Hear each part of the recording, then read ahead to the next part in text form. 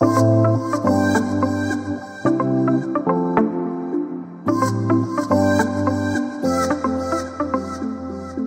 sejahtera untuk kita semua. Kembali jumpa di channel Isla RF. Kali ini, kita membahas tanaman herbal yang telah dikenal luas sejak lama, yaitu daun meniran atau Phyllanthus niruri.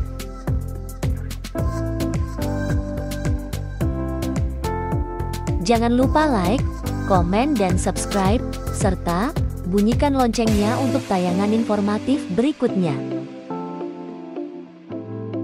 Meniran hijau atau Phyllanthus niruri adalah sebuah tanaman tropis yang tersebar luas dan biasa ditemukan di daerah pesisir. Tanaman ini merupakan salah satu tanaman yang biasa tumbuh liar di area taman, kebun, pekarangan rumah, ataupun lahan kosong.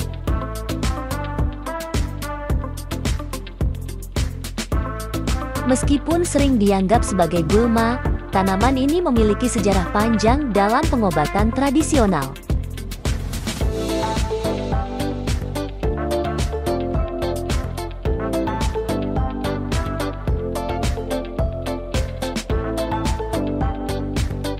Daun meniran, yang mempunyai nama ilmiah, Phyllanthus niruri, adalah tanaman yang cukup umum ditemukan di berbagai daerah tropis, termasuk Indonesia.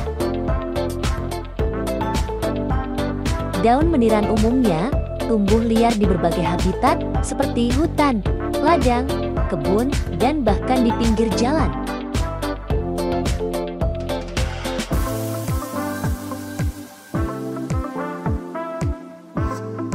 Karena kemampuan adaptasinya yang tinggi, tanaman ini menyebar dengan cepat dan dapat ditemukan di berbagai belahan dunia. Karakteristik tumbuhan daun meniran adalah mempunyai batang yang ramping, daunnya kecil-kecil, dan buahnya berbentuk bulat kecil.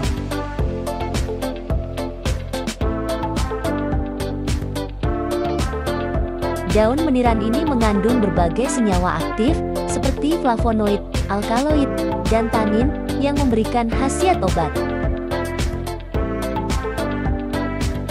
Dalam dunia penelitian modern, telah mengkonfirmasi beberapa khasiat meniran, termasuk sifat antioksidan, antiinflamasi, dan antibakteri.